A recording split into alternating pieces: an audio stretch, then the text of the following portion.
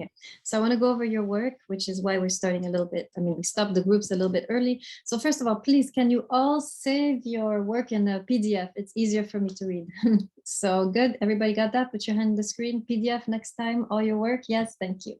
So, Miss, how do we do that? Huh? How do we do that? When you go to save, you have the option. You have the option of document. You have several options, and then you have PDF option. If you want after class, I can show you if you stay after class. I Yes, thank you. Demonstrate. I'll take that. Okay. All right. Now, a reading assignment. Just one of you. All the reading assignments were good. Those that came in. Let me see. Those that didn't come in. Let's see. Dabby, you didn't know. By the way, Dabby and Mark. Luke's Mark, can you hear me? Luke's Mark, can you hear me? Yeah. Okay, good. Where's your camera, by the way, now that you're here? Do you have a camera? Yeah, I guess, yeah. Okay, please turn on your face so I can see you. This is your first time, right? You weren't here last time, correct, Mark? Yes, correct. Okay, great. So all of you who weren't here last time, so this is Dabby. Dabby, can you hear me? See, y'all, I need you to turn on your faces because I can't just wait for you to write in the chat. So everybody, please, who doesn't have their camera on, unless you mention that you have a problem, I need it on right now. I'm not going to start until your camera is on. Fabian Tan, where's your camera? Professor, hello? Yes, can you turn on your camera, please? Yeah, my camera's a little broken. I can try and show it right now. Yeah, just do whatever. Mine is broken too, as you can see. I'm a blur. So do whatever you can. Let's see. But the charging Dabby can't do it. Okay, we're good. Thank you. See, that looks great. All right. Okay, so those who didn't come last time, this is Dabby. This is Mark. I think it's the only people I see here. Let's see. Mikhailo. Yes, you need to make sure you catch up by watching the recordings. Do you know where they are? If you know where they are, put your hand in the screen. Yes, Debbie and Mark, do you know where the recordings are for you to catch up? Okay, good. All right, so please make sure you catch up and then you can be up to date with what assignments are due, what you need to do so you don't fall behind, right? You need to be caught up by tomorrow because you're missing points, right? Each time you don't hand in the assignments, you're missing points. So make sure you listen to that very first lecture to know what to do so you can be with the rest of us. Same to you, Abata Charji, right? You're also coming late. Okay. Now, just a quick thing, Fatakov, you have 2 questions. Where are you? Yeah, but you need to try to answer these 2 questions in your reading assignment. Okay, so next time, 4 paragraphs, right? So each question has a paragraph. Okay, let's see those who didn't do the reading assignment. This is Apollo Bay is not here. Dabby was missing. Mark was missing. Mikhailov isn't here. Olarte, are you here? Yes. Problems with the reading assignment? I was not able to upload it to Blackboard. I don't know. It's not on Blackboard. It's in the drive.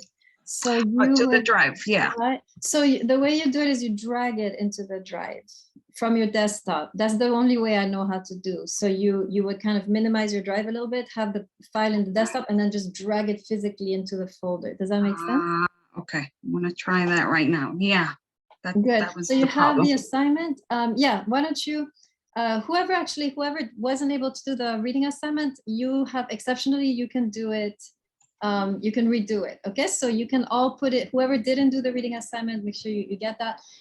For this Song of Songs, you still have the option to do it. So Olarte, you can still hand it in, and also Mark, and also Batacharji and Davi, right? Okay, so that's that. Rudolph, you have a question? I emailed it to you because I was working on my work computer and InfoSec prevented me from going into Google Drive today. I'll have it set tomorrow. I don't know if you received my email. Yeah, but I got your email. Yeah. Thank you. Batacharji, I put you on this class Blackboard. You should have access to it. I signed you up for the Blackboard. Stay after class, just, okay, you're gonna check. Okay, yeah, so you should have access to everything that's there. Okay, now the audio question. Okay, wait, hold on. Let me make sure I go through the reading assignments. So who else didn't do? Rudolph, yes. Sanchez, are you here? Yeah. Sanchez. Yes, what happened to should. the reading assignment? It should be on there. I kind of uploaded last second. I put it, my name, Damien Sanchez, and songs. Okay, can you resubmit it? Yeah, I can try Let's to do that, okay? Because I don't know what happened. Smokilo, are you here? Smokilo? No. Otherwise, everybody's good and about that charge. Okay, good. So we're pretty good on the reading assignments. The audio questions, however, need a lot more work. A lot of you missed the audio question and a lot of you didn't do it correctly. So let me go over those of you who need to redo it. So main reason the names I'm going to call need to redo it is you're missing. There's 3 main differences between the song, wisdom literature and the rest of the Bible. You only have put 1 or 2. So if I'm calling your name, that means you're missing 2 or more of those differences. And you need to go back to the recording or your notes, figure it out, redo it, and resubmit. Okay. So exceptionally today, you are allowed to resubmit everything because it's the first day. You have to learn how to do it. So Carabajo, are you there? Carabajo? Yes, hi. Yes, so you're missing two components. You got the first one, but you're missing the other 2. Park, are you there? Yes, you're missing also the last 2. You have the first one, but not the last 2. Pierre, are you there? Okay, you're missing one component, the last one. Sanchez, are you there? Yes. First of all, don't double space. Okay, you want to leave it single spaced. Oh, you got it. Oh, okay. It should take half a page single spaced. And you're missing all 3 components. Be careful, Sanchez. Yeah, sorry, I kind of did it right before. I definitely, I'll get back to it right after. Yes, class, get back to it. Mhm. Tan, are you there? You're missing 2 components. And okay, wait, who's that? Kushmakov. Kushmakov, are you there? Kushmakov. Is Kushmakov there? Kushmakov, I see you. You're missing 1 component. So go back, redo this. Rest of you are okay. Let me see. Those who didn't submit is Apollo B. Dabi, of course, doesn't know. Make sure you catch up. Kushmak, okay, I got you. Mark, also, you need to submit. So all of you who missed the first day of class, this is your chance to catch up the audio question and the reading assignment. And you'll find out more about that in the first recording. Mikhailov is not here. Olarte, what happened to your same problem? Okay. I'm still working on that. Okay, still working on it. Park, I talked to you. Pierre, I talked to you. Rudolph, we talked. Sanchez, we talked. Smokilo is not here. Tan and Batacharji. Okay. Question, Park? Yeah. You said the last 2. What do you mean by that? Like the questions? Say what? There was a plane going by. You said that I was missing the last 2, but are you talking about the questions? I'm talking about the audio question. There are 3 main differences, and you only put 1 of them. There's 2 more differences. I thought you said it was like 2, like That's 2. the reading assignment. That's the reading assignment. We're talking about the audio question. Oh, the audio. Okay, Yeah, got your you. reading assignment was fine. Just the audio question. You're missing 2 of the aspects of the differences. Okay. Okay. Rudolph, you still have a question or just your hand is up? Okay. Okay, so now we got that taken care of. Yes, also one very important word of advice, save everything. This drive, sometimes you saw already I'm missing Sanchez work, right? So save everything so that at the end of the semester, in case there was a problem with the drive, I didn't see it or, it disappeared, you can show me that you did it, right? There was a student, she didn't save anything and I was not receiving anything from her. At the end of the semester, she had nothing handed in and she had lost all her work and she's still in limbo somewhere in the universe trying to figure out what to do, right? In order to pass the class. So save everything. Okay. All right, any questions on the work, on anything? Just make sure, right, those of you who missed or those of you who didn't do it correctly, you have this unique chance to catch up on the reading assignment and the audio question and not miss these 4 points, right? Good. All right, let's get into the text and some of your questions. I'm gonna go back to speaker. This speaker thing is not working. Like it always shows someone else. I don't know why it's doing that. Let me pin myself. there. Okay. Yes, I took attendance. All right, good. Let's see. All right, so first, before we start and get into the text, I want to go into some of your questions that you, these were really good. The reading assignments I got were really good. And some of you made really excellent comments. So I want to go over some of your comments and then we'll get into the actual text. So first of all, most of you probably noticed as you were reading that she describes herself as dark yet beautiful, right? Most translations are going to say that she describes herself as dark or black, yet she is beautiful, almost as though it means in spite of being dark or in spite of being black, I am still beautiful, right? Now, most translations translate like that. In fact, it is an ambiguous, it could also translate, so the Hebrew word there that is translated as yet can also mean and.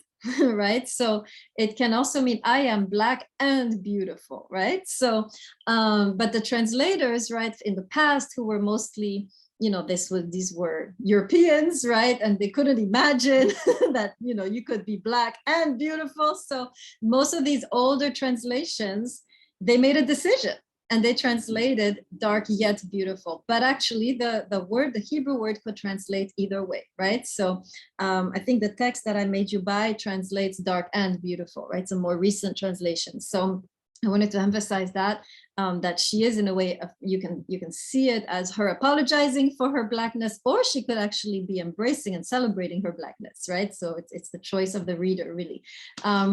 Now, so that's one point I wanted to say. Another point some of you brought up is, you were so disappointed because there are some very dark moments in the text. I don't know if you noticed, you know, it starts very romantic, and then all of a sudden she's somewhere in the streets by herself and she gets assaulted by some watchman, and the imagery is actually very subtle, but it hides a lot of violence, right? The idea of tearing off the veil could mean a number of things, from it could mean the worst possible thing, actually, right? The tearing off of the veil. So there is something really dark going on in that passage.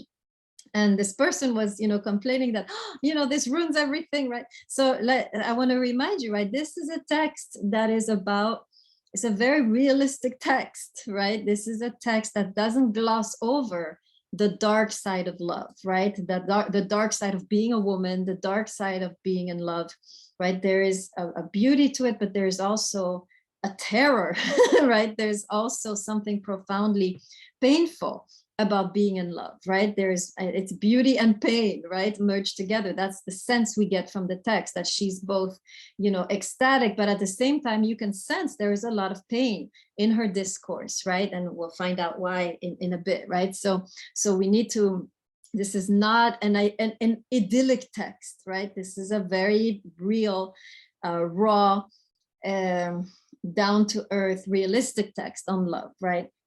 Okay, then the metaphor of the garden, a lot of you were talking about that.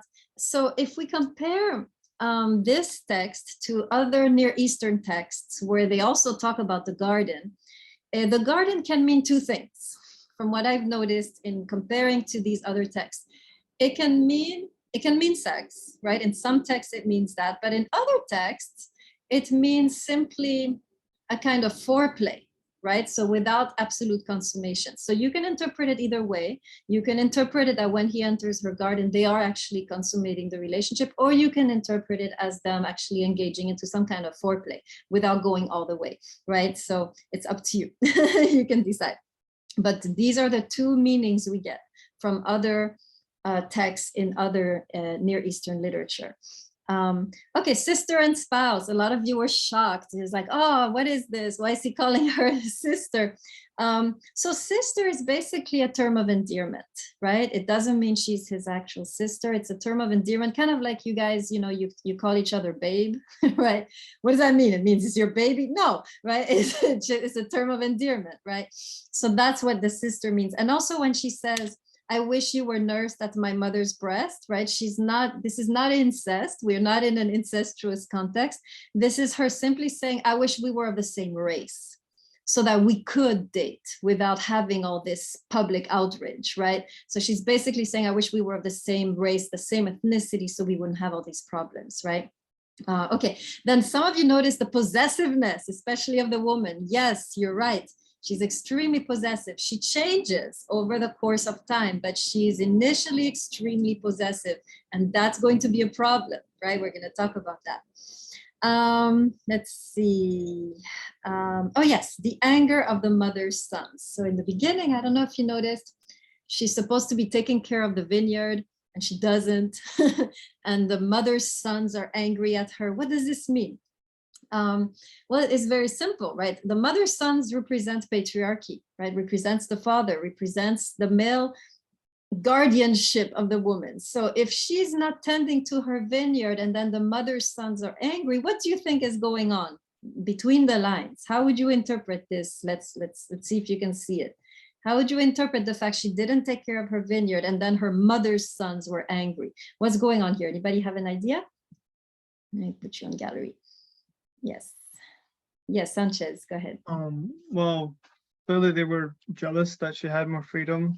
And since there was a vineyard responsibilities that had to be taken care of, they were frustrated that they had to do it instead.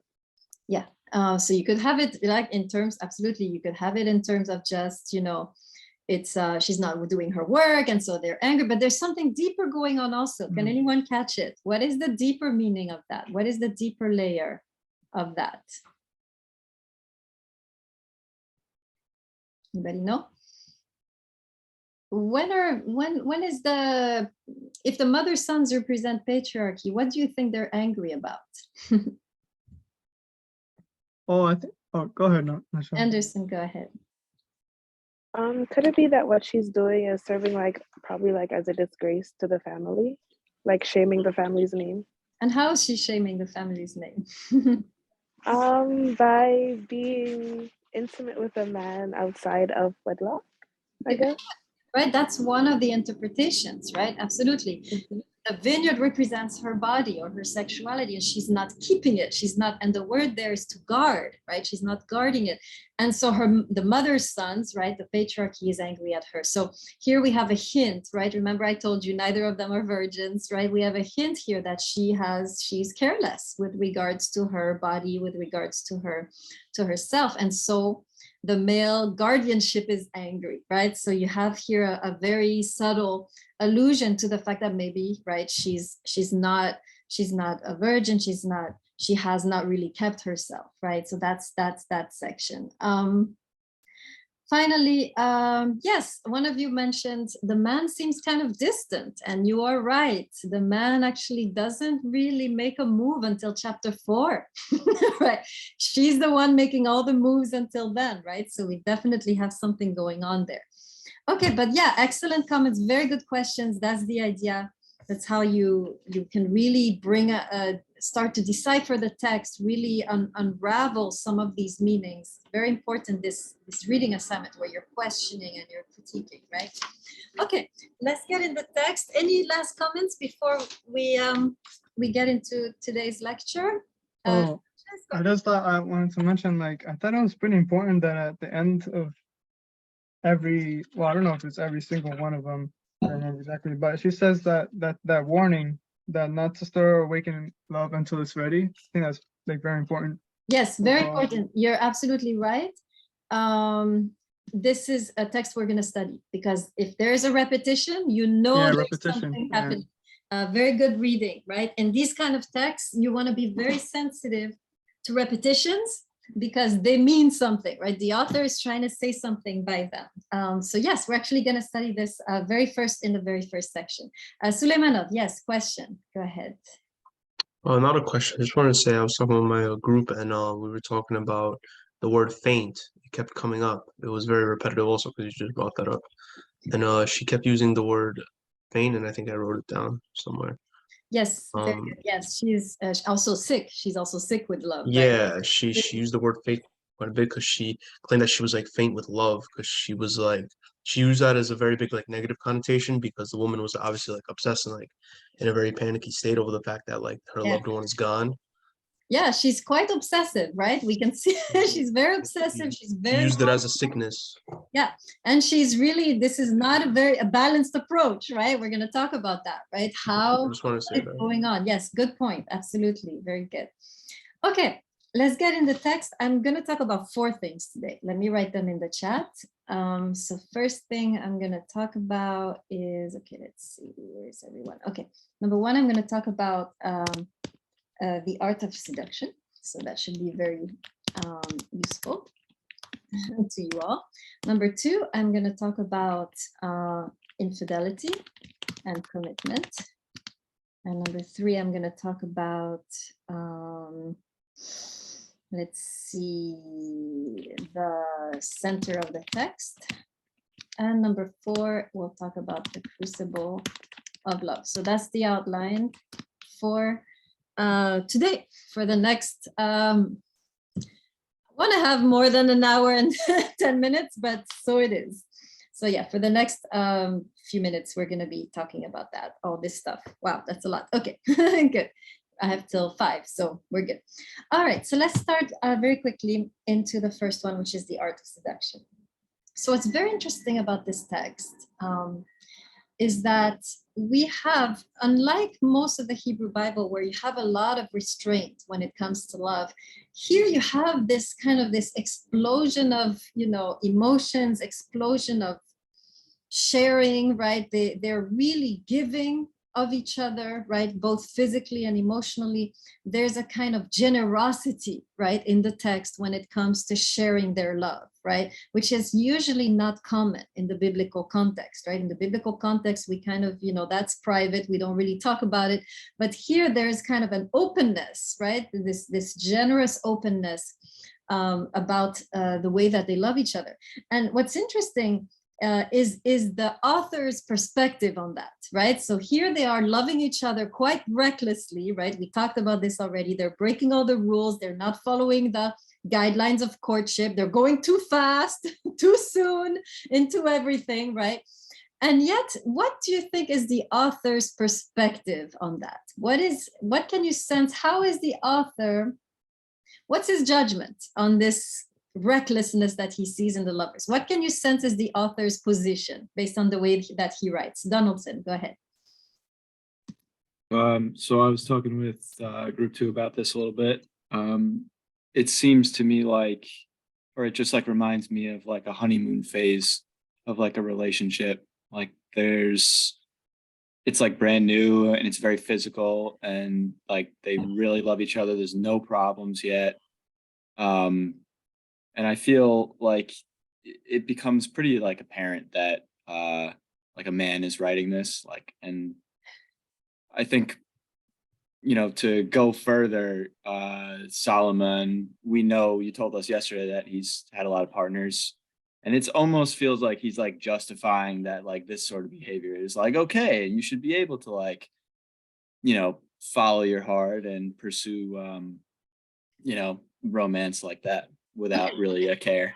Yes, excellent, right? Definitely the author is on the side of the lovers, right? You can sense that because the author embellishes their love, right? There's a lot of poetry. It's embellished in the, you know, it's all beautiful and glorious, right? So this is interesting, right? For a biblical text, right? Normally I would expect if I had been a biblical author, right, and I had written this text, I would have probably, you know, shown how quickly they went, how reckless they were, and the dire consequences of that, right? But no, this text is really not doing that, right?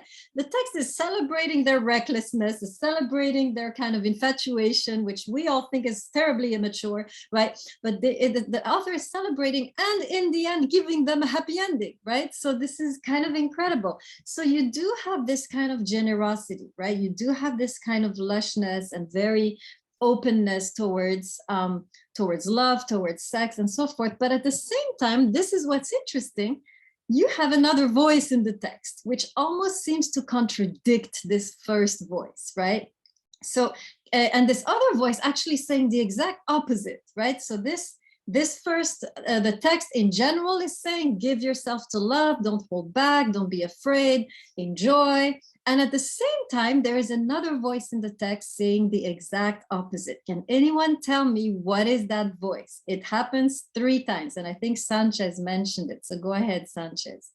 I was just gonna say that this is basically like how Adam and Eve was, but without God, essentially. And that whole repetition of mistakes is kind of like that. I guess you could say like a reminder of their morals, and that they should fix, and not just indulge in like this paradise, or like this garden, but also to learn that like there has to be certain ways of, I guess, tending to that. Okay, so what's that voice? You mentioned it. It comes God? 3 times. God? No, I think it was Suleimanov actually. Suleiman, who was it? Somebody mentioned it. Who remembers the voice? Is it Rudolph? Do you remember? I turned my mic on. I'm not sure. I compared it with the voice of God. There is a certain amount of respect to the rules that are set through other scriptures in the Bible, through the Torah. There is a guiding light that we all should follow. But, when you're in love, dopamine screws you up, and you're giddy and energetic and euphoric, and you forget about the scriptures and how you should behave. Okay, But good. So you guys are seeing, right? There's definitely a giddiness. I love the way you put it. But there is another voice. Who can tell me what this other voice is? Souvenance, do you know? I'm not sure, but is it like the voice of reason? Where is it? Who is speaking and what are they saying? One of you mentioned this. There was a repetition. You mentioned it in the discussion that there was a repetition.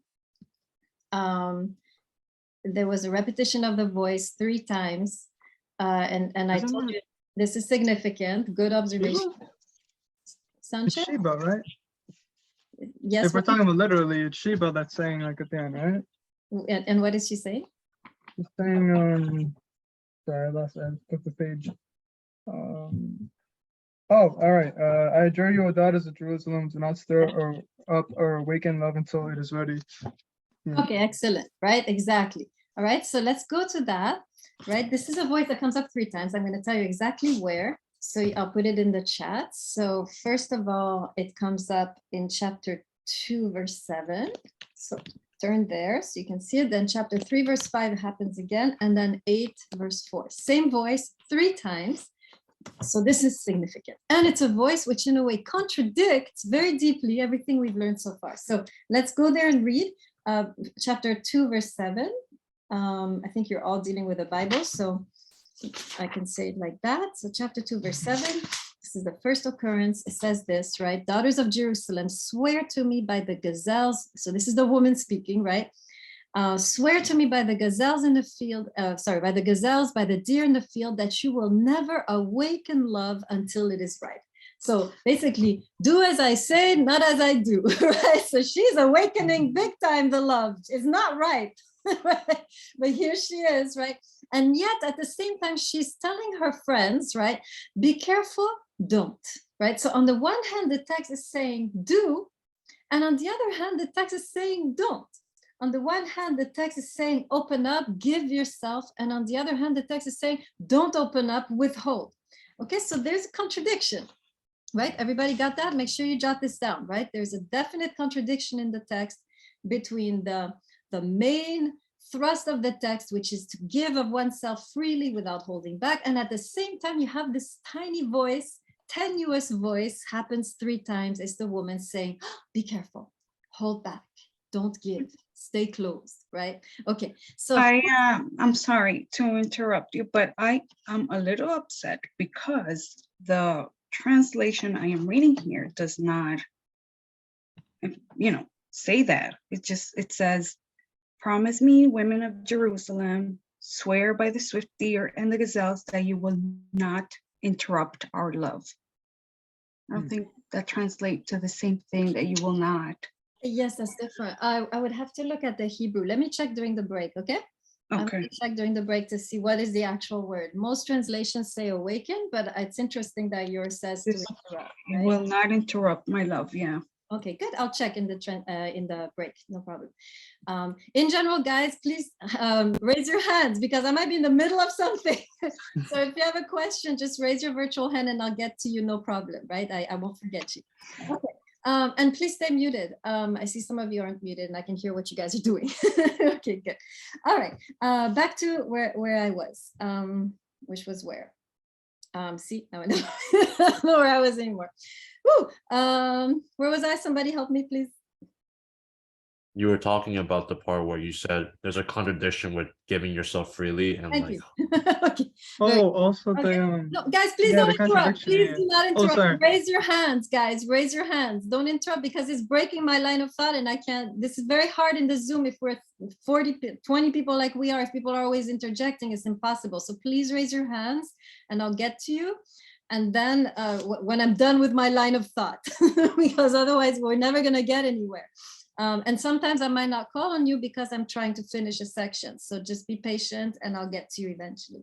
Okay, so yes, so I was saying that we do have this contradiction. So my question to you is the following. What does it mean, right? What is going on? Why is Solomon in a way bringing these two pieces together? In other words, what can we learn here about love that Solomon is saying, give and yet don't give? What does it mean? How is he contradicting himself, or is he in fact saying that we ought to do both at once somehow, right? How do we do that? How do we both love and not love? How do we both give and not give? What is the hidden wisdom here that Solomon is trying to tell us? Okay, Noble, go ahead, tell us. What are you seeing? The hidden wisdom is him trying to say that giving love is important, but choosing who you give that love to and how often you give that love is another thing that you need to interpret. And I also pointed out that phrase was repeated throughout the text because people have told me that your first love is different from any other love, like you're infatuated with that first love. So that infatuation is good in a healthy way with the right person, but it's not healthy and it's toxic with the wrong person. Okay, very good, right? So that's certainly one first way to interpret, right? It's a warning, right? Maybe that she's giving, saying, okay, give yourself, but wait until it is the right person. So that's one way we could interpret this. However, right, because she's not doing it, right? She's giving herself to this man who, by the way, hasn't committed yet, right? We can sense that. There must be also another way to understand this, right? So let us remember that this is a text written not in the context of virtue, right? We have other texts for that. This particular text has other lessons, right? So I want to look at those. So definitely you can say that, it's true. You can make that interpretation, but I want to look at other ways of seeing this. What would it mean to do what she's doing and to learn from what she's actually doing? What does it mean to give and hold back? What's another way to see that, basically? What's another way to understand that? Sanchez, do you want to answer that question? Yeah, I was gonna add on, like it's definitely trying to say like you shouldn't just give your love to anyone, that you have to have a specific person that you feel comfortable with, and there's a specific time in which you go and seek that, because once you do, there's certain things that you have to, like on a physical level, you feel your sensations, your hormones and things and so on.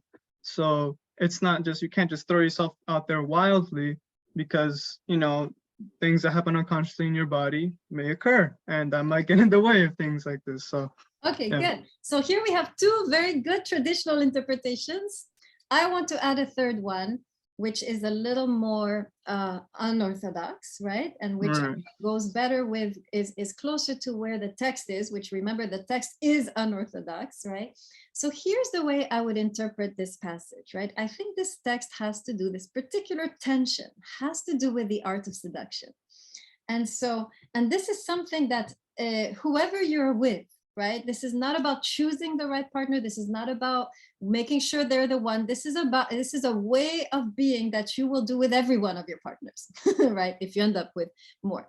And so I would like to suggest that we're talking here about the art of seduction. And so make sure you write this down. I'm going to give you a definition based on this text. So this should be very useful to you as you enter the journey of love, right? You want to do this in any situation, right? Art of seduction is this. The art of seduction is the art of giving of yourself a little at a time. Okay, so let me say that again. The art of seduction is the art of giving of yourself a little at a time. And it's not about choosing the right person. It's not about being cautious, right? It's not about, you know, holding back. You can also see it like that, but it's really a way that you're going to engage, right? You're going to engage a little at a time. In other words, I'm going to give you some examples, right? We're going to go in and see exactly what that means. For example, so I give you a great example. Yeah, first of all, let me explain, right? If you give everything right away, whether it's you reveal everything, all your thoughts, you reveal all your emotions, you reveal all your body, right? Immediately, very quickly.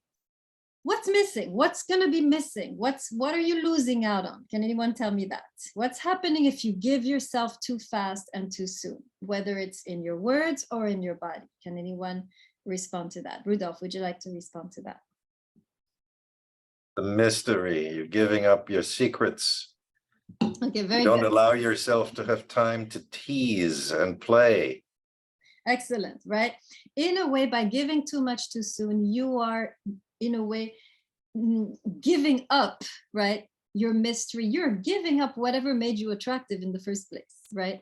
And that's why King Solomon is saying, give, but always keep. Give a little, but keep a little, right? I'll give you an example. So I was sitting in a coffee shop and I was reading something, and behind me was a couple that was clearly on a first date. And I was listening and I was hearing the woman, and she was going on and on about her life, her problems, her mom, her dad, her coworkers, her friends, her schooling. And I knew everything about this woman. By the time the date was over, she was crystal clear to me. The guy, on the other hand, wasn't saying much. I turned around to check, you know, he was kind of nodding and saying, you know, right. So he was very, you know, kind of very nice guy.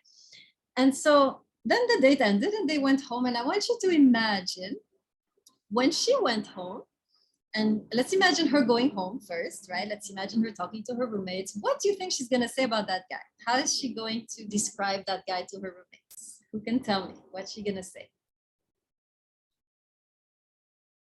Suleimanov, go ahead. I mean, obviously she would say like he was quiet. He was kind of like there wasn't much to know about him, you know. Okay, was quiet. Is that women? What do you think about men who are, you know, listening to you? Is that a good thing? Ladies, Bhattacharjee, go ahead. Hi there, can you hear me? Yes, I got you. Okay. I think it can be taken in two ways. The first being that she might take him as someone who doesn't want to share, who's very reserved about himself. Can he So share though? Can he share in that context? no, if she's not letting him talk, then of course not. But it also might be seen as a negative thing, in for him, because then she'll feel like she can vent to him about anything and everything without really actually getting to know him for Okay, who he excellent. is. Right, she goes home and she's like, oh, I met the man of my dreams. He's so sweet. He's listening to me and so forth, blah, blah, blah. Now, what do you think he's going to say when he goes home and sees his roommates? What's his diagnostic going to be? Olarte, you want to tell us? Oh my God, I think he's gonna say she is too much. She's very intense. She talks a lot about herself. She doesn't listen. Exactly, right? Absolutely. So we have here a situation where, in a way, she's lost him. Like from the first date, this guy's never gonna call back. He's exhausted, right? He will wait 4 weeks. By the way, ladies, when the guy's taking 4 weeks to get back to you, ask yourself, how much did I talk? Right? The guy probably resting out of exhaustion from your conversation. So this is one example, right? Where this woman is giving too much too soon and destroying, right, from the onset, any possibility of love between her and this man, right? And she's in a way making it impossible for him to share, right? So here we have an example. So this works, right, on the level of conversation, but also sexually, right? You want to give yourself a little at a time. You want to be very much in tune with a rhythm, right? You don't want to rush things, right? I tend to ask my students, right? I ask my male students often, what do you prefer? Do you prefer the woman gives it up on the first night, or do you want a few more nights, right?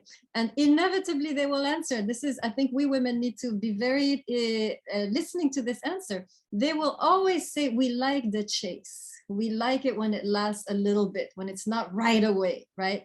And the thing is, we don't know this, right? There is a tremendous pressure in our society to just give it up, right? We just, yeah, you know, it's normal, we have to do it, it's the third date, right? And so we feel very often as women pressured, and what we do not realize is that the men of our life sometimes want the tension, sometimes appreciate, right? Very often appreciate actually the weight and the tension, right? So this is something that we can, even sexually, we want to give of ourselves a little at a time. And we're going to talk about this notion of timing as we get deeper into the text, right?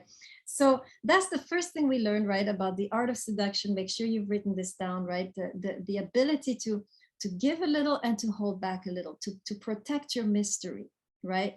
Less is more when it comes to relationships. Make sure you write this down. Less is more. If you're worried, should I? The answer is no. Right? It's no. Should I text? Should I call? Should I do this? Should I? Anytime you're asking yourself, should I do something more? The answer is no. Less is more. You don't need to call. You don't need to, you know, sometimes we don't realize how we smother the relationship by texting all day long, being on FaceTime all day long. I have two friends who were dating for a while, and I know the reason they broke up is because this woman wanted to be on FaceTime every single day for several times a day, and the man was exhausted and he needed a break from this face, right? So we don't realize that we have to give each other space, right? We're going to talk about this space, especially when we do the last text by Eric Wright. We have to give each other space for the relationship to breathe, for the desire to remain alive, right? See it like this. I know none of you have a chimney and logs, but let's imagine how to build a log fire.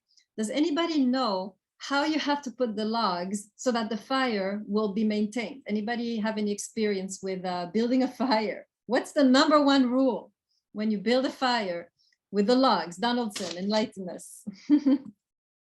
So you sort of have to like build a base that is supportive and you know, little crisscross pattern so that the flame can, you got to let the fire breathe.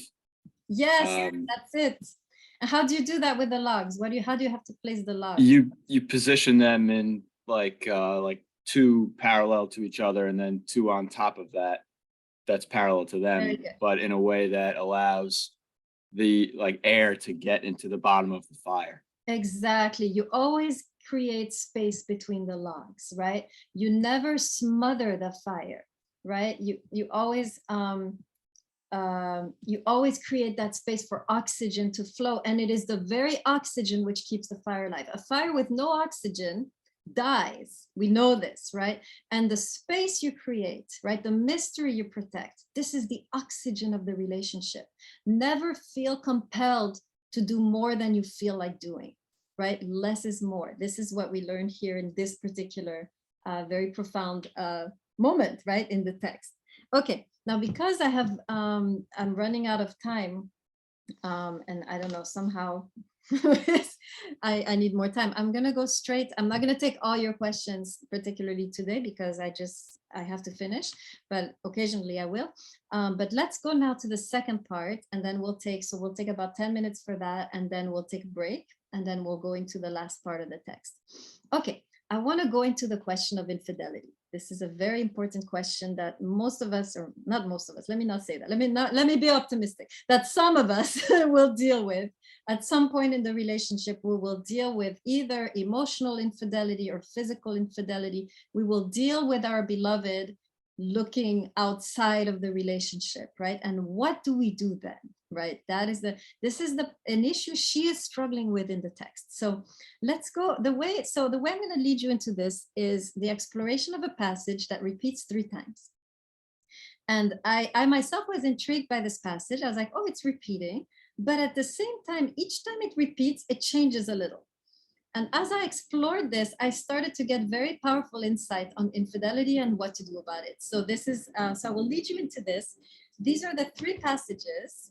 I'm going to put them in the chat. Let's see. Okay, so it starts chapter 2, verse 16.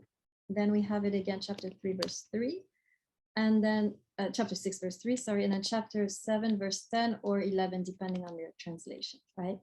Okay, so in these 3 passages, you have a very beautiful moment in the woman's discourse, right? This is where she's saying, my beloved is mine and I am his. And she says this 3 times, right?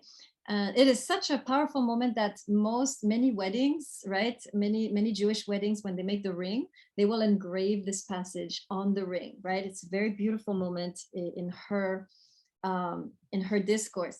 Now, what's interesting is what's happening around that, right? So I want to go, the first one is chapter 2, verse, what did I say? Look at the chat again. Sorry, chapter 2, verse 16. Okay, so let's go there together. So we're going to write all of these down because they're very significant, right? So first, chapter 2, verse 16, we have the following. My beloved is mine. Oops, why is this in caps? My beloved is mine. And then we have the funny addition of the man is seen, as she's saying that, my beloved is mine and I am his. We see the man feasting in a field of lilies. So right away, where are those in the class who have a twisted mind? Where are my twisted minds, right? What is happening here? What's the text telling us about the man when it describes the man feasting in a field of lilies? Does anybody know? Anybody want to try to tell me what are those lilies? What do the lilies symbolize? Rudolph, go ahead. It pays to have been around a little while. So So when men are generally feasting in a field of lilies, it means that they are straying away from the farm. They're Yes. looking for other women. Very They're good. sitting Right? in the field looking at flowers. Excellent. Right. We know this because at one point early on in the text, he calls her my lily, right? And now all of a sudden we have lilies in the plural, right? So you should right away have like this red light, right? Or red flag, right? This is not good, right? So here she is, right? She's in love. She's like, my beloved is mine and I'm his. And meanwhile, right? He's over there playing the field, right? We don't know if he's just checking out the lilies, texting with the lilies. We don't know if he's, on a website, kind of on a dating app with the lilies. We don't know if he's actually cheating with the lilies, but he's out there. Right, so right away here, we know in the text, we have an element of infidelity has infiltrated, right? And so we continue, let's continue the journey. Chapter 6, verse 3, let's see what happens there. So let's turn there. And what's interesting there, most translations don't show this, but there's actually a shift in what she is saying. Instead of her saying, my beloved is mine and I'm his, in the Hebrew, it actually says, I am my beloved's, and it's mine, right? And then, do we still have lilies? Yes, right. He is still feasting in the lilies, but something in her has shifted, okay? Take note of that. I'm gonna ask you about that. Okay, we are heartbroken for her, right? We are really feeling very discouraged, but we continue. We go to chapter 7, verse 10 or 11, right? And we have the same, we have something. So here the same translation as the second one, right? I am my beloved. So she's still saying that, right? I'm my beloved. And now, are there any lilies? What do you see?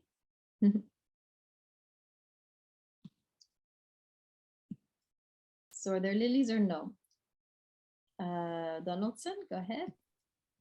No lilies in 7:10. What do you have instead of the lilies? It's if I can read 10 and 11. I belong to my beloved, and his desire is for me. Very good. Okay, so radical shift, right? His Oh, yeah. desire is for me. Excellent. Okay, very good. So we have here a radical shift, right? He went from the lilies to a very strong, focused desire for her, right? So this is a profound transformation, right, here that we have on the part of the man. So in other words, he's moving in the text, he has moved from being kind of a cheater type of mentality, kind of looking out, not really focusing on her, not really giving her all of his being, to all of a sudden being completely committed to her. So here's my question to you. How did she do it? There are clues in the text as to what she did to bring that man back to her. She wasn't just sitting at home eating potato chips and watching Netflix, right? There's something, there is an attitude, there is a movement in her, there is a positioning in her. And I want you to tell me if you see something in her that would have brought, right, that would have magnetized this man back to her, because there is a lot going on. So Suleimanov, you can start us off. Go ahead. I don't have like a full answer, but I could say like I think I read somewhere that I interpreted that she used some form of manipulation. Where did you read that, and do you see it in the text? No, I remember I was doing it last night. Okay, in the text, guys, I wrote it thought all I'd do out it, in the chat. It was some form of manipulation, I think. Okay, so show me in the text, right? Whatever you gotta say, you gotta base it on the text. So I wrote stuff in the chat. Everything is there, right? Everything I want you to see is there in the chat. There's a progression, right? Can anyone notice what is she? How is she repositioning herself? What is she shifting in her attitude, which eventually brings this man back? Sanchez, tell us. I would say it's probably like her way of being able to get his attention, probably through that tension that you talked about earlier, like, this art of seduction type thing that changes his focus from like the bunch of lilies to then her being his, like a whole bunch of, like, it's such a beautiful experience for him that's like, he doesn't need this huge patch or bunch of lilies, but it's just her. And okay, but I want you to see it. I want you to see your answer in this particular text, right? There are clues here. So you're talking about, okay, she exercised the art of seduction, but she was doing that all the time, and he's still doing out. So there's something more going on. I want you guys to see. Souvenance, go ahead. Can you hear me? Yes. Yes. Oh. She seems like more, like less possessive and more confident. Okay, very good. Let's look at that, right? Let's look at that really quick. Let me, I can never find myself. It's very hard to teach today with this Zoom. Okay, yes, let's look at exactly what Souvenance said. On the one hand, I want you to see this. She loses her possessive attitude. Notice how she shifts from my beloved is mine to I am my beloved's, okay?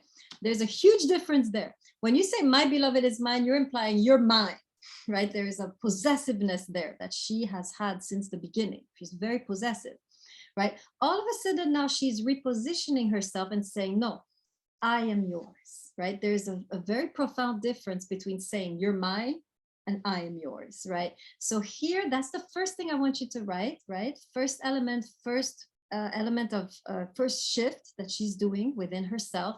She's moving from possessiveness to surrender, right? Make sure you write this down. She's saying, you're not mine anymore, I am yours, right? She's moving from an attitude of possessiveness to an attitude of I'm surrendering, I am yours, rather than you being mine. So she's losing her possessive grasp. Second thing taking place here, which Souvenance mentioned, she's gaining confidence. Now you can see that in the text, she's moving from my beloved to I, right?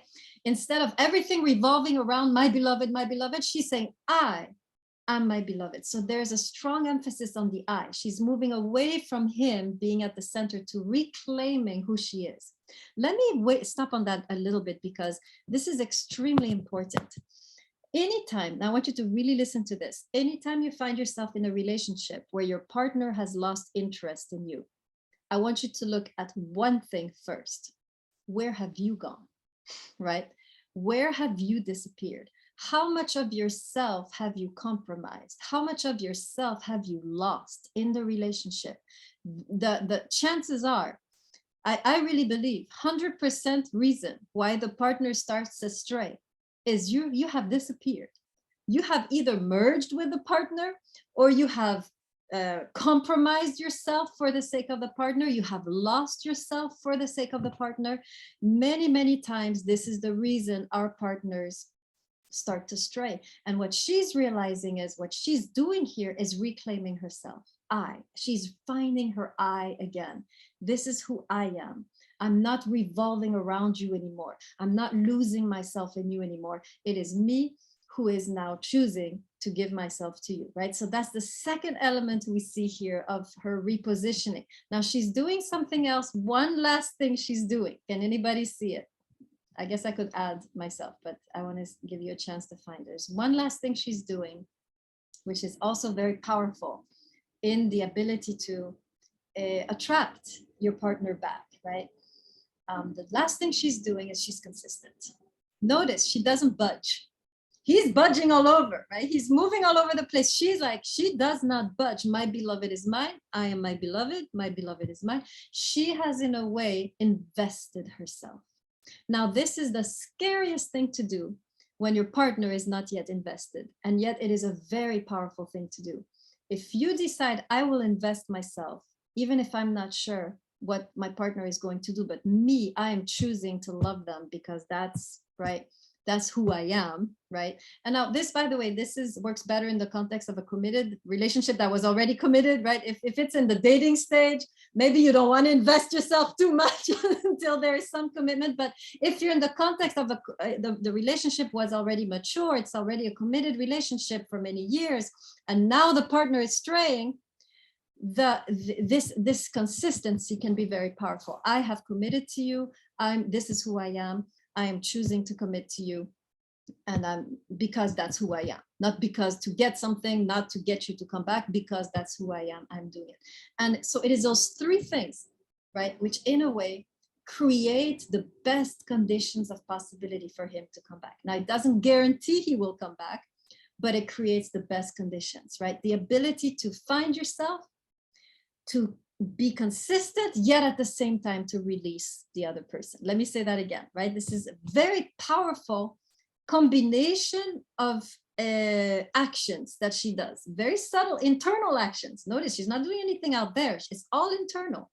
She's consistent, so she's holding on to the relationship while at the same time releasing the man and giving him the freedom to come back when and if he chooses, right? It's extremely hard to do this, right? So 3 actions, make sure you write this down. Number 1, she finds herself. That's the first thing you can do. She finds herself, she reclaims herself, she realizes this is who I have lost in this relationship, this is who I'm going to get back, right? And then she does 2 things. Once she has found herself, she does 2 things. She chooses to commit to the relationship. She chooses to put all her apples in the same basket, right? She chooses to believe in the relationship. She holds on to the relationship while at the same time releasing the man, her partner, to come back if and when he chooses, right? So this is extremely difficult because in general, we do 2 things when we see infidelity. Either we just hold on and become obsessive and we're like, checking their phone all day long, trying to see, if they're cheating on me, I have to know, blah, blah, blah. So you become even more obsessive and terrible. The other thing is like, you know what, screw you, go, right? We're done, right? So you just get rid of them. What the woman doing here is both. She's saying, I'm holding on, but not obsessively. I'm holding on while letting you go. That's the key. Let me say that again, right? She's holding on while letting him go. And in so doing, she finds herself, right?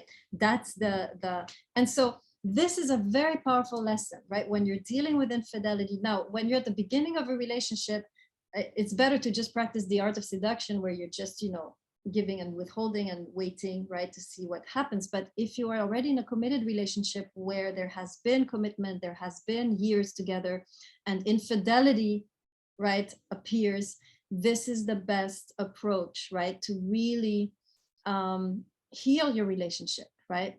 And we're going to talk about this even more when we study Martin Buber, right? Okay, any questions on the first two sections we did before we take a break? Sanchez, go ahead.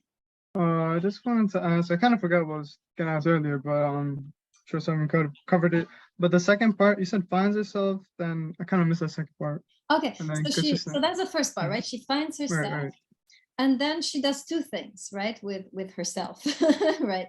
She, number one, she holds on, she commits, right? She Right. chooses to love this man. She chooses to believe in the relationship. She chooses to believe in his love, right? Even though there's no evidence, she acts out of faith, right? There's an element of faith there, but but at the same time, right, she releases him, right? This faith doesn't become obsession, right? She's able at the same time to release him and give him the freedom to come back when and if he chooses, right? Does that answer your question?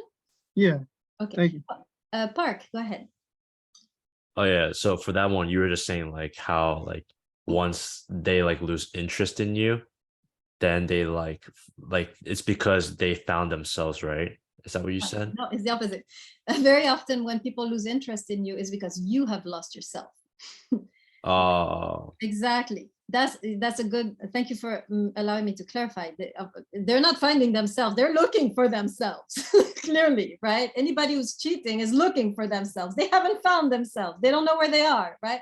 But you need to find yourself. So if your partner is starting to distance themselves and look outside, right, it is probably very likely an indication that somewhere along the way you lost yourself in the relationship. Does that make sense, Park? like I don't want to go more in details, but like losing yourself as in like not knowing like what you're doing with your life in a way, or like Yeah, it's a combination. On the one hand, you have no identity outside of them, right? So you just live for them, or sometimes you sacrifice your values for them. Sometimes you sacrifice your dreams for them, right? You are revolving around them. They are your world, right? Anytime this is happening, you have lost yourself, right? And at that moment, you're losing them, right? Anytime we lose ourselves is the beginning of the end, right? The beloved loves us, doesn't love this ghost that we have become, right? So that's the idea. So first thing to do when your partner is straying, reclaim yourself. And then these two actions, holding on while letting go. It's a decision you're making. It's an investment you're making. It's a risk you're taking, right? But you're doing it for the sake of the relationship, right? Does that answer your question, Park? yeah, it's very interesting. Very interesting. Thank you. Thank you. You're welcome. Souvenos, go ahead. So I like the conclusion that we came up with, but like the story itself. I know like she becomes more like less obsessive and like confident and like lets him, free and stuff. But doesn't that still like doesn't he still like browse among the lilies? or he doesn't anymore? No, if you look at the end, right, throughout, yes, he's browsing, but the very last passage, this is chapter 7, verse 11 in my translation, right? There's a profound shift on his part, right? She says, I am my beloved's. First of all, the lilies are gone. Look at the text. And then it says, his desire is for me. We studied this, teshuka. Remember, that's the word we studied in the last class we did together, right? It's a powerful urge of love, which is both sexual and emotional, right? His desires for me. So yes, the lilies are overcome based on this text, right? I cannot give you any predictions just based on this text, right? We are learning that it is possible, right, to bring our lover back, right, to us if we take this positioning. Does that make sense, Souvenos? Yeah, I thought she like let him be and like he's still cheating around and she's like okay with it. Yeah, in the process there is an element of kind of there's a gray area, right? Because in the second, right, there's 3 moments, right? The first moment, my beloved is mine, he's in the lilies. Second moment, she shifts, but he's still in the lilies. So yes, we should expect as we shift, it's not going to be immediate. There's a moment where you will have shifted and this guy is still going to be in the lilies. But if you persist, right, the text is saying there are chances that you can bring that person back, right? In that context. Does that make sense? So yes, there's a gray area where you're gonna be all good and this guy right, still out there. Does that make sense, Savannah? Yeah. Okay. Thank you. Rudolph, go ahead. So in our group earlier, Chris revealed that he is a psych major, and maybe he wants to chime in there if I'm using the right approach here. But when you were talking with Peter about if someone or when someone can lose his course in a relationship, in my view, it often boils down to our natural tendency, and I believe that all of us have it in us, of being narcissistic to a certain level, to a certain degree. And if you don't recognize this early enough, I believe that the sense of humility you need to learn over the course of a relationship that allows the other person to make mistakes, and you having the ability to forgive, then turns this arrogance in kind of a natural swagger on both sides in the relationship, where you can trust each other, where the self-centeredness gives way for empathy and really deep caring that replaces often the early sexual tension and the flirting, and it is a much more enriching relationship that love can turn into than that chase that you were talking about earlier. And you know, I am certain that I'm the oldest dog in the yard here. You always want to chase, boys. I know that. And it's okay to look. There is nothing wrong with it. And you know, you correct me if I'm wrong, Professor Dekan. The Mediterranean culture, the Israeli culture that I know, allows a certain level of playfulness, of flirtatious behavior between the sexes, but it is all done very elegantly.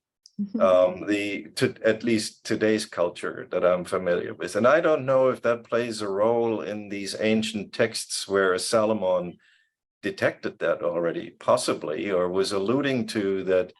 The culture will at some later point allow this. But Chris, did I say this right? Do we have this all in us? Where is Chris? Pierre. Is Pierre there? I would not say we could have this all in us. Like again, I do agree with what you're saying, but I don't think we had it. Like, I don't believe everyone comes with that type of. Kind of putting me over here on the spot, Axel. I wasn't prepared to. Can I? May I? Dr. Pierre, come on.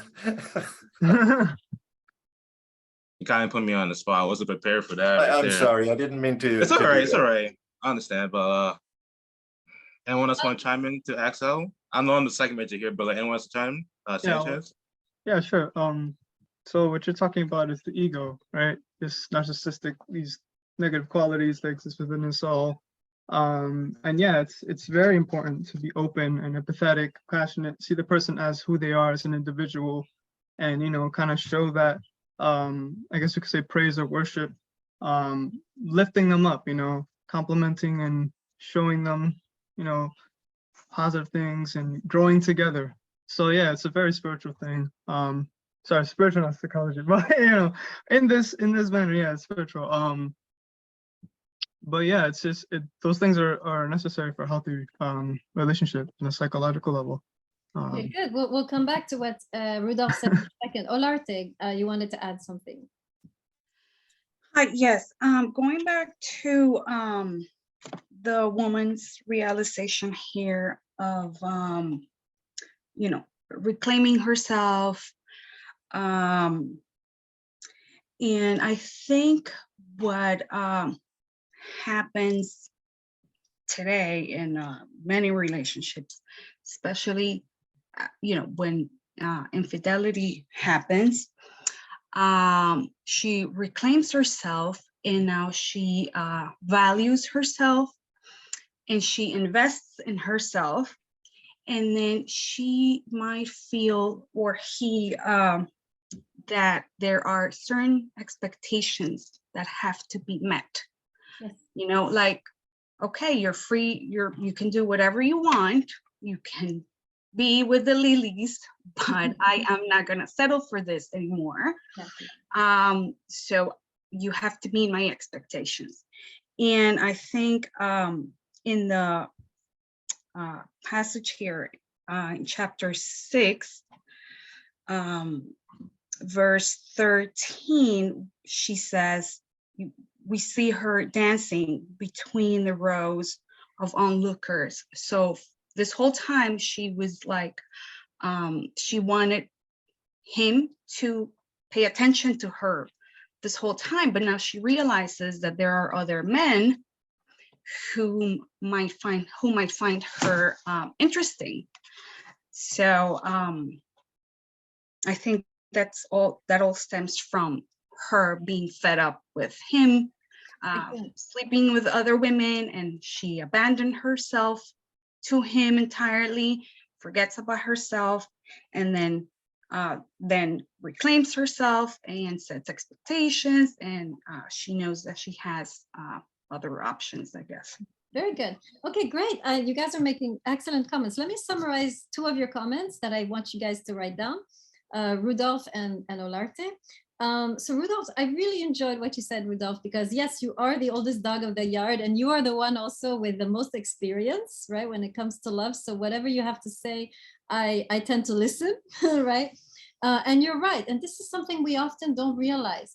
There is young love, which is exciting, which is infatuated and so forth. And we tend to often and then we lose that, but we don't gain the mature love, right? Very often we miss what happens afterwards, right? We lose the young love and we start looking around and we break up because we lost that, not knowing that had we persisted, we would have begun to have a taste of the more mature love, which comes exactly, I love the way you put it, which comes when we're able to hold our weaknesses.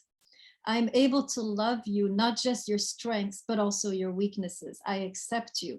This total acceptance, right? And the love that arises out of that feeling that the other will accept me, even though I am weak and fragile and failing them on this level, right? I am still accepted. This gives rise to a completely different quality of love, right?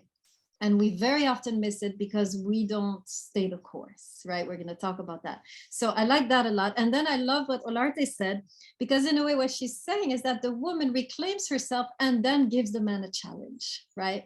Saying I don't like the word expectation because that's a little bit, you know, kind of again in the control, but she gives him a challenge, right? If you want to be with me, this is what I need, right? And this woman, by the way, is very much like that. She's very vocal about what she wants, what she desires. She expresses herself. She's very much in tune with what she needs, right? And she's challenging this man, right? So we tend to forget as women that men love a good challenge, right? We don't like challenge. We want something nice and snug and comfortable. Men love the challenge. And if we have stopped challenging them by becoming their maid, right? We are losing ourselves, right? The ability to say, this is what I need. This is what I long for. This is the challenge I'm giving us, right? Is actually very attractive, right? So I love what you had to say. So very good. Okay. Looking at the time and desperately with a lot of despair. Okay, I want to go to the next part, but I want to give us a break. So let's take a 5-minute break. Now I'm wondering, I do want to go a little bit over. I know some of you have to go, but how many of you can stay 15 minutes over? Just put your hand in the screen. Okay, so I have a little bit of an audience and the rest of you can catch the recording, okay?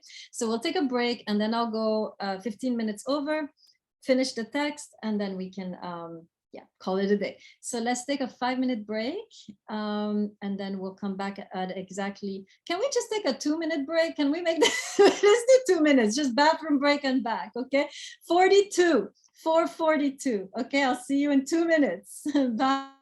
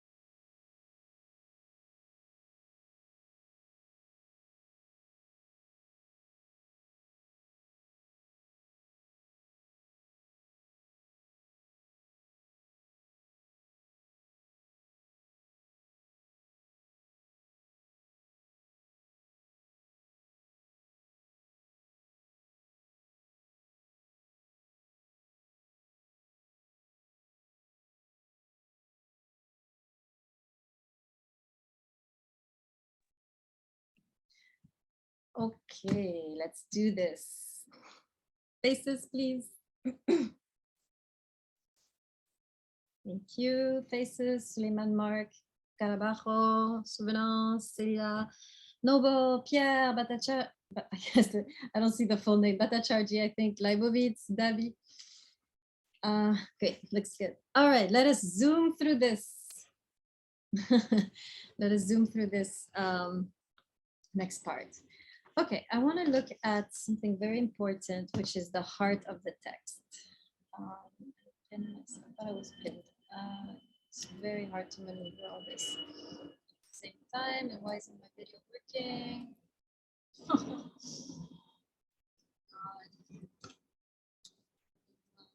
Oh, here we are. Okay, good. Okay. Great. All right. The heart of the text is very interesting. Let me tell you. So this is chapter, let's see, chapter 4, I believe. This is the story when he's knocking at the door. I don't know if you remember, right? This is, by the way, the first moment he finally makes a move, right? All this time she's chasing this guy. And then finally he makes a move. He comes to her house, right? In the middle of the night. I don't know if you remember. Let me find it in the text so I can give you the exact passage. It's either 4 or 5. Okay, it's 4, 4, 4, 4, 5. 5, chapter 5, verse 2. This is the center of the book. Okay, this is exactly at the center of the book. Now, before we go into this text, I want to talk a little bit about the meaning of the center of the book in ancient Near Eastern literature. Right, center of the book in ancient Near East literature is where everything is said, is the key to the whole book, right? In Western literature, usually we find the key in the beginning and in the end, right? We know what the author was trying to say if we read a little bit the beginning and if we read the conclusion. But in Near Eastern literature, if you want to know the key, the meaning that the author is trying to convey, you have to look at the center. And so chapter 5, verse 2 opens the center of the book. And so here we should expect to find some profound lesson on love. Here we should expect to find, I don't know, maybe a wedding or the moment of consummation, or maybe like, you know, an oath that they take to each other, like some breakthrough, right? And instead of a breakthrough, we have the most anticlimactic story of the whole book, right? Let me remind you the story. So she's at home. She just went home. She went to bed. And this guy finally makes a move. And so he's coming to her house and he starts to knock on her door at night, right? Clearly. We know what he wants, right? Now, the text actually is not just a polite knocking, it's a pounding, right? This guy's pounding on the door. I don't know what the Me Too movement would make of that, right? But he's pounding on the door, trying to get in. And all of a sudden, this woman acts completely out of character, right? Up until then, she was the one chasing the guy. She was very passionate. She was very emotional. All of a sudden now she's like, oh, I just went to bed. I took off my shoes. I took off my clothes. And she's kind of really sluggish in the way that she's kind of moving towards the door, taking her time. And by the time she opens the door, the guy is gone. Terrible story. They completely miss each other. Right? So we wonder, like, why in the world is this story the middle of the book? Why is they have such a terrible anticlimactic story with an unhappy ending? Like they don't make it. You know, that moment could have been amazing, right? Had he waited or had she moved a little faster, they might have had, right, the night of their lives, right? So I want to ask you this question. What is the lesson that this story is giving us? What do we learn about love in this very anticlimactic story? So let me hear you a little bit and then I'll give you my take, right? But what do you think is the lesson that we learn just by reading this story? What do you think?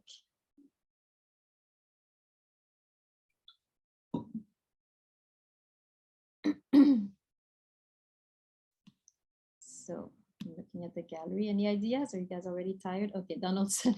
Go ahead, Donaldson. Is it that like you've gone through this whole kind of cat and mouse thing and you're kind of looking for that right moment for things to happen and to kind of like initiate or commit to this person, and we're waiting for the right time for that to happen, I think. And she kind of like misses it when he kind of comes back to her after. She misses it, right? Finally, the guy is coming, right? The guy's finally coming to her. Finally, she gets, and now she's like, she misses it. So what's happening? What do we learn? Oh my God, I pinned you. You're stuck here on the screen for the rest of this. Let me find you. Hold on, I don't know what I'm doing. I need to find you. Let me go. Oh my God, this is terrible. I don't even know how to find you, but you're going to be on the screen from the beginning to the end of class. Here, I got you. I'm going to unpin you. There we go. Okay.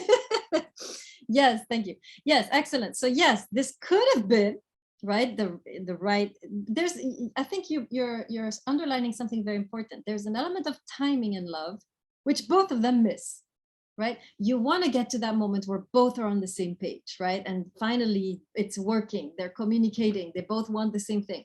And this could have been that moment, and yet it isn't. So what do we learn? So I want to focus on the element of timing. This is very important, the element of timing. We know that love is also about timing. But I want to this will be good for the firm because we won't have to go ahead. I want to look here at one of the reasons where the timing doesn't work in this particular context. So so I want to look, so what we notice, first of all, immediate thing that we notice is that the man and the woman have very different timings, right? And we can read the text and see that the man in this story is very rushed. He wants to move fast. There is an urgency to the pounding. And the woman all of a sudden has waxed very slow, right? She's sluggish. She's like, oh, I don't know, you know. And yet we know she loves him because the text says, right from the start, chapter 5, verse 2, I was asleep, but my heart was awake. Okay, so we know her heart is into this. And yet she's asleep. And then slowly moving towards the door. So what do we learn here about the rhythm of men and the rhythm of women when it comes to love? What are some of the things we can learn about the man's timing, the woman's timing, just by looking at these two characters? What do we decipher here about how men move, how women move, and what can we learn? Any ideas? So strictly related to the timing, the rhythm. Who has an idea?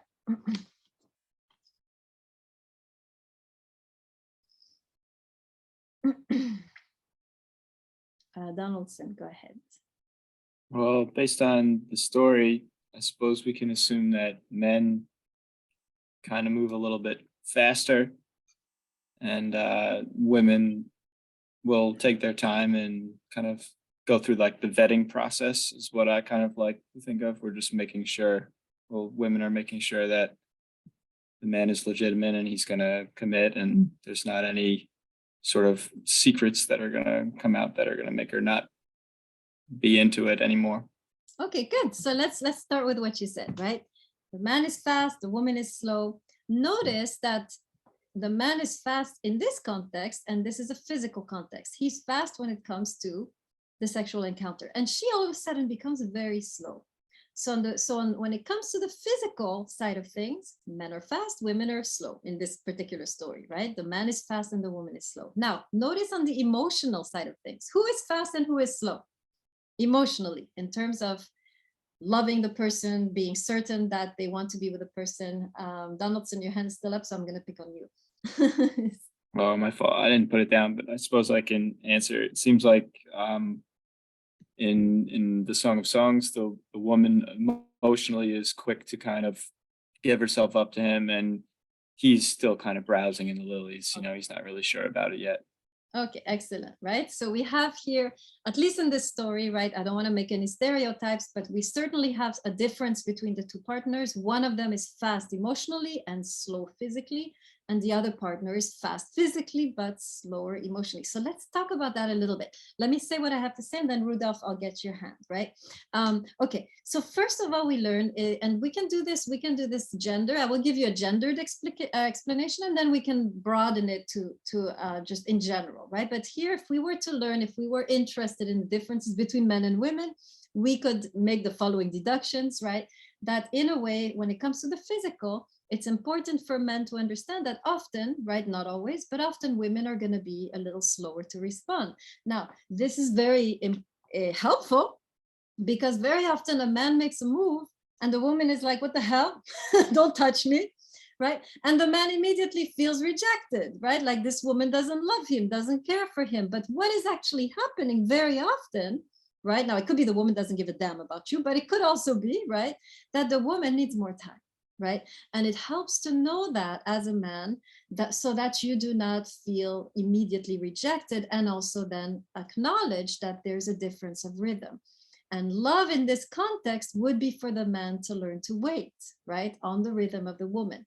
That would be the profound meaning of love, is the ability for the man to curb his desire for the sake of the woman's rhythm. Now, this is something which we know, right? This is something which everyone is working on, I'm sure.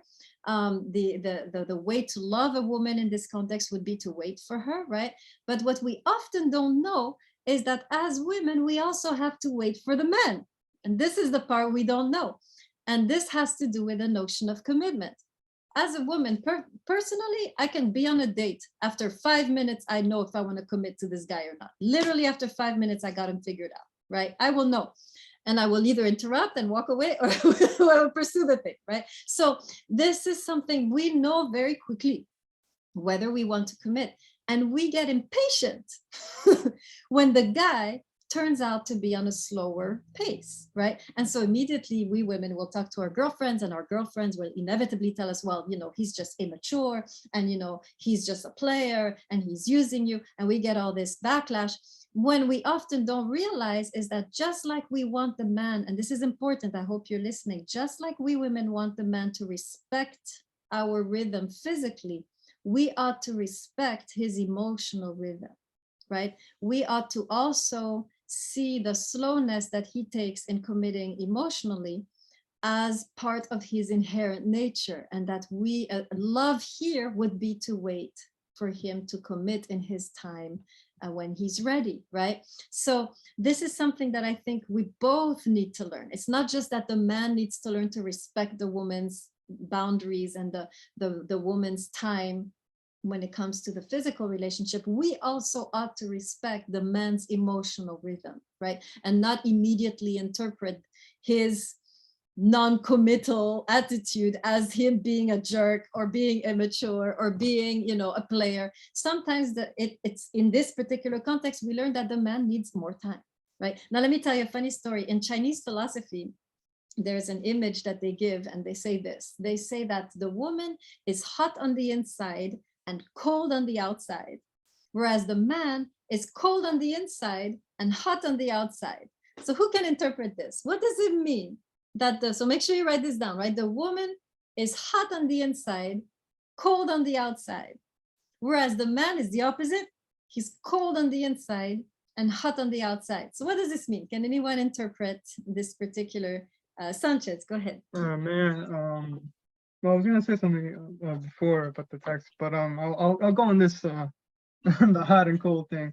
I think it's basically saying like the way you show your emotions can be expressed differently. Like for women, it may be more a lot of strong emotion, compassion, empathy, and everything on the inside, but their behavior to protect themselves, they use like more of a cold, distant type of more analytical way to protect that, and vice versa for men. More cold on the inside, you're more like logical, and you're trying to have these things in certain ways, but on the outside you express yourself however you may express yourself, to balance that out and to maintain a certain way of, I guess, balance for yourself, emotional and mental balance. Okay, good. Yes, so you're pinpointing how you're sensing, right, these differences. Good. Suleimana, what do you want to add?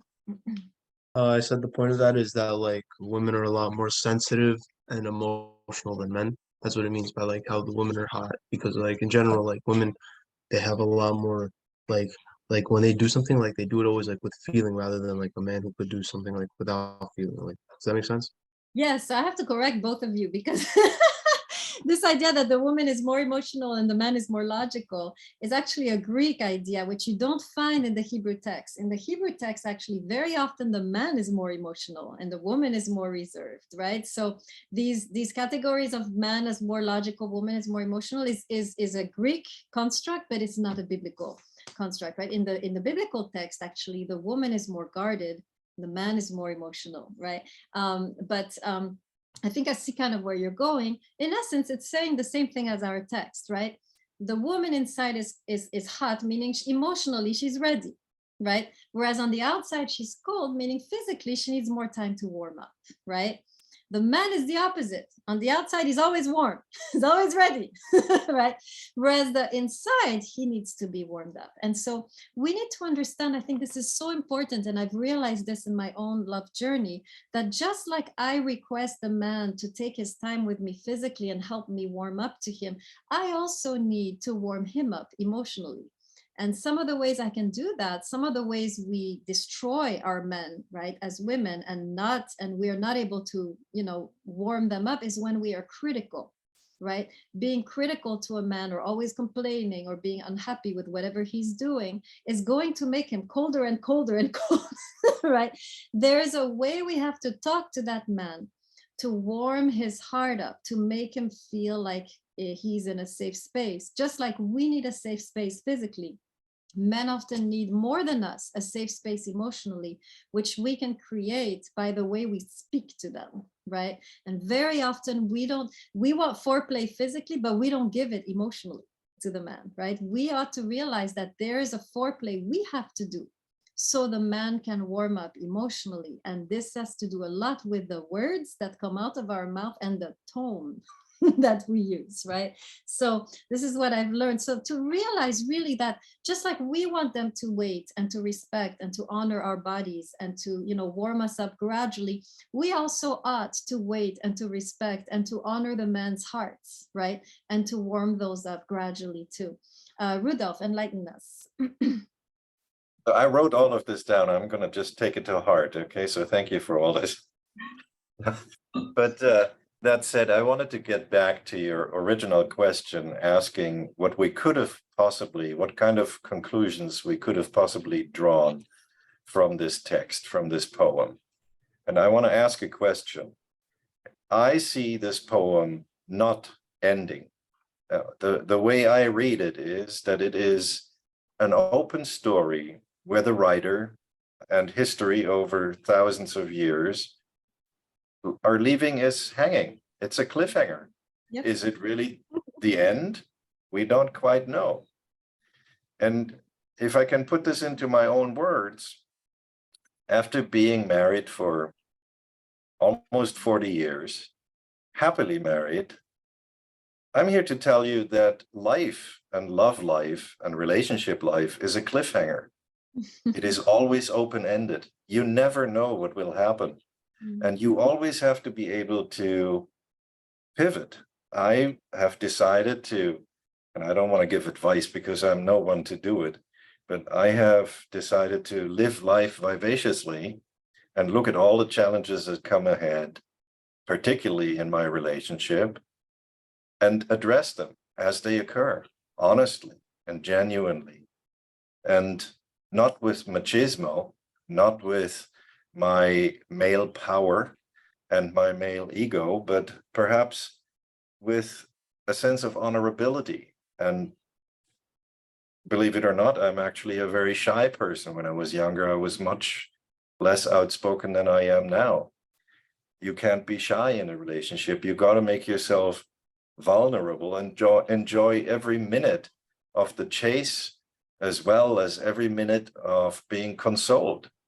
And this making yourself vulnerable will teach your partner, may it be a man or a woman, or two men or two women, or a heterosexual relationship, you have to crawl into each other to where you detect, to speak in Professor Decane's words, when you need to change your tone, when it is important to not to conquer, but to love in a very pampering way. Guys are not very strong emotionally, and I'm the first one to admit it. Women are much more stronger. Women are also much more smart than men are. They are much more experienced and absorb the moment much easier than a dense male head. There's really no stereotype for me because we're all very, very different. But if we can take from each other and add to each other as much as we can, then this buzzword collaboration can actually be used in relationships.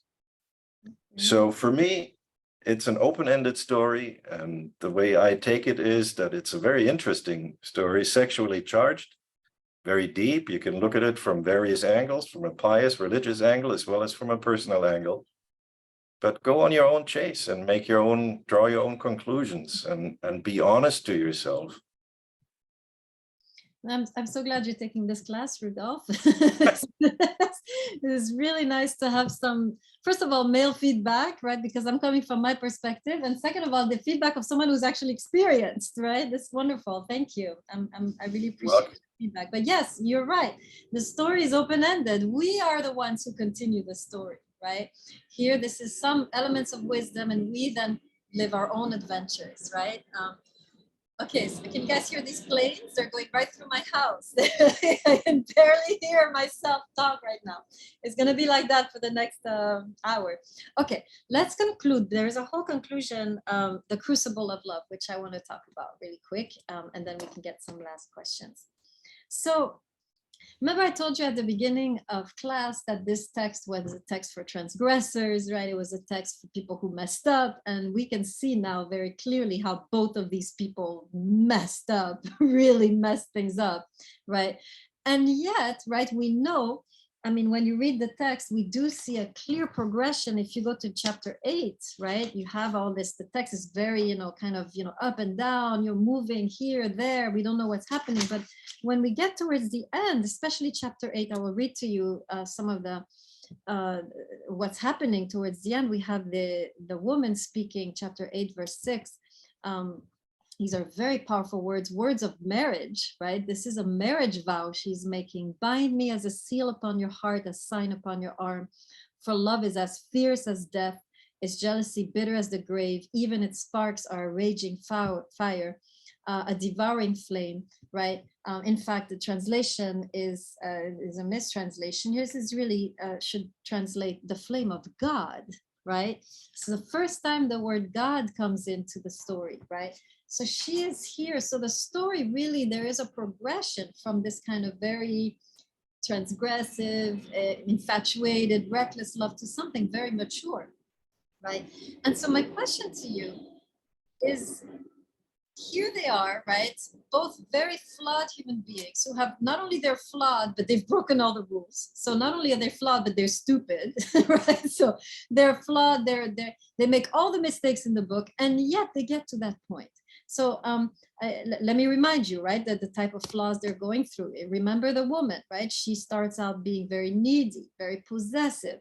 She's, making all the mistakes in the book. She's not modest. She's giving too much, too soon. I mean, she is making all the mistakes in the book, right? She's the man also, fatal mistakes, lack of commitment, infidelity. I mean, these are deal breakers, right? And yet you see throughout the text, we get to this crazy, undeserved ending, which is that they somehow stumble upon true love, right? And so my question to you is, how did they do it? Clearly, it wasn't their wisdom. Clearly, it wasn't their obedience, right? It wasn't their skill. So what was it? How did they get there? I want to know. Right, this is for all, but this last section is dedicated to all of us who messed up, who have no skill, who always do the wrong thing, say the wrong thing at the wrong time, right? Can't seem to, learn any from our mistakes, right? Know and do other things, right? So what is the key thing they do have that we, even if we're deeply flawed and disobedient, can still do? So let me hear Rudolph and then Sanchez. I believe it is the admiration for each other and the simple fact that you are with another person who tells you nice things, who regards you, and in return, you can give them the gift back of your own feelings. You got that going for themselves. Okay, Where good. it's going to go, we don't know. Okay, so there's an element of reciprocity. They are, yes, they are in a way still enjoying each other. That's very important. Good. Souvenance, sorry, Sanchez and then Souvenance. Go ahead, Sanchez. I personally think it's a mix of things. I'd say in a more literal and raw sense, it was experience, but also being able to have that trust. And I think that trust developed with them by them being able to find themselves, be humble, and take the courage to work through this together. I love that. I love that because you mentioned trust, which comes because they have accepted each other's failings, right? Which is what Rudolph was saying. They create this different climate, right, for the relationship, and which in a way keeps them together. I love that. Thank you. Good. Souvenance, what do you have? I was gonna say, going off on that they have trust. After like everything they've been through, I feel like a relationship like that feels more real with everything, like good and bad.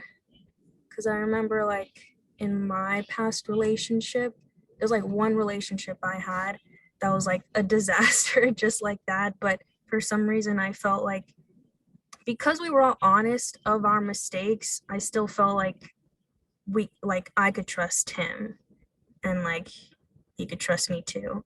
So I feel like that's what brought love. Very nice. Does that Okay, make sense? good. Yes, absolutely. You guys are going over this element of trust, and I'll come back to that. Donaldson, go ahead.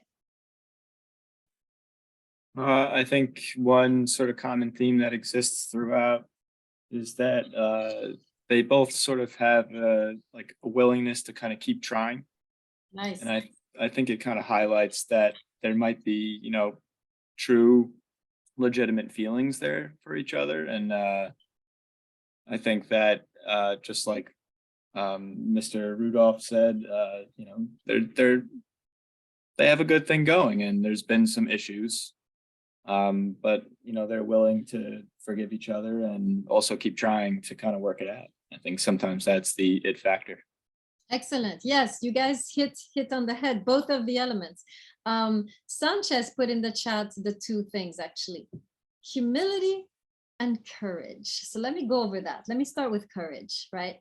First thing these two have, which I think is to their credit, even though they have all these flaws and mistakes and they transgress and they go against society, they have the courage to stick it out. And that's what builds trust, right? They stick it out. They simply stay. They stay. They don't move, right? They're neither one goes off and gives up. They don't give up. They stay. Right? And this is extremely important, right? This is an extremely important component, but it's not enough, right? It's not enough to just stay, because we know these couples where they stayed and it's hell on earth in their home, right? I'm sure you've seen people like that. You go to their house, they stayed 40 years, but they hate each other, right? So that's not enough.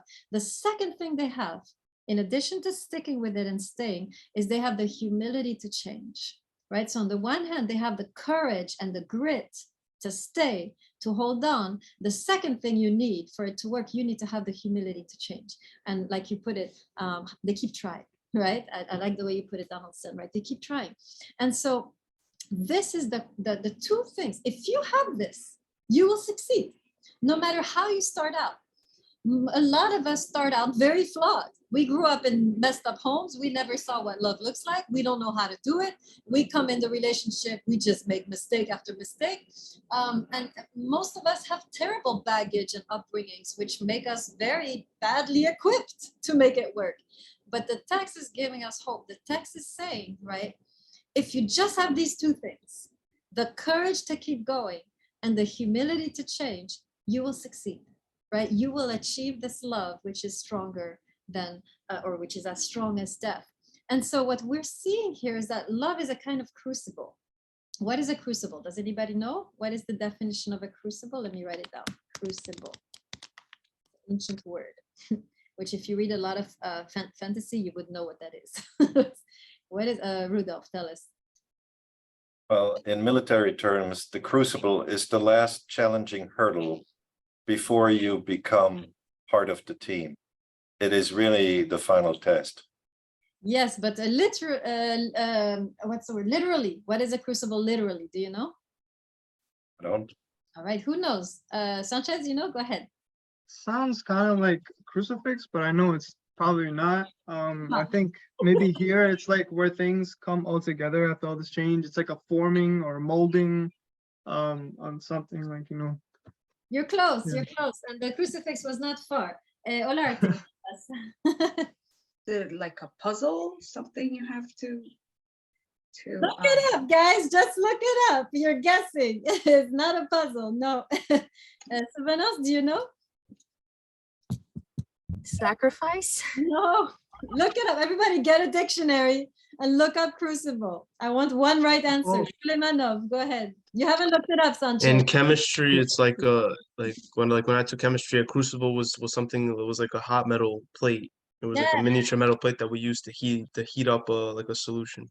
Exactly, exactly. A crucible is it's a vessel, right, in which you put the chemical ingredients and then you heat a fire and then the chemical reaction occurs in the crucible.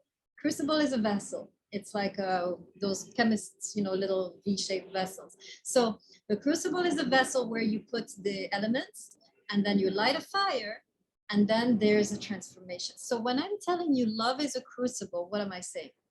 I'm saying that you ought to see the relationship like a crucible. As long as, and the crucible and the elements is you and your partner. You are in the crucible. And then you light a fire. What is the fire? The fire is all the difficulties you will encounter, right? And if you choose to stay in the crucible, as the fire is, you know, heating things up and making things more difficult, if you choose to stay, the transformation will occur. A profound transformation will occur in yourself, in the other, and in the relationship, right? So what we're learning here is that the fact that they stay in the crucible, right?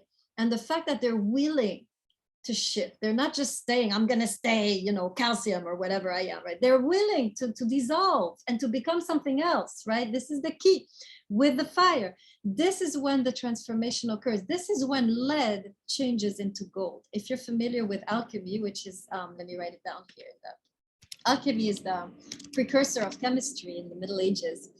And the alchemists believed that they could change lead into gold through chemical reactions, right? What I'm telling you here is that love itself is a chemical reaction which can change the lead of your heart into gold. Our hearts are full of lead. All of us have lead in our hearts. All of us have darkness and chaos in our hearts. But if we stay in the crucible and are willing to dissolve, right?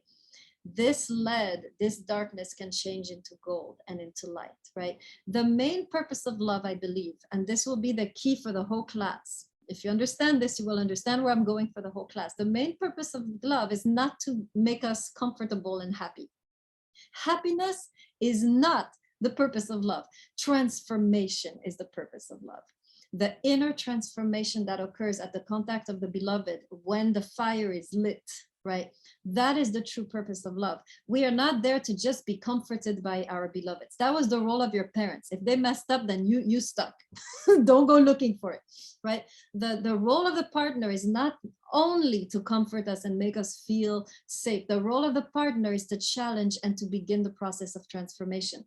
And what's beautiful about these two kids in the story, because they're kids, they're very young, right? What's beautiful about them is they have this courage to stick it out, and they have this humility to change, right?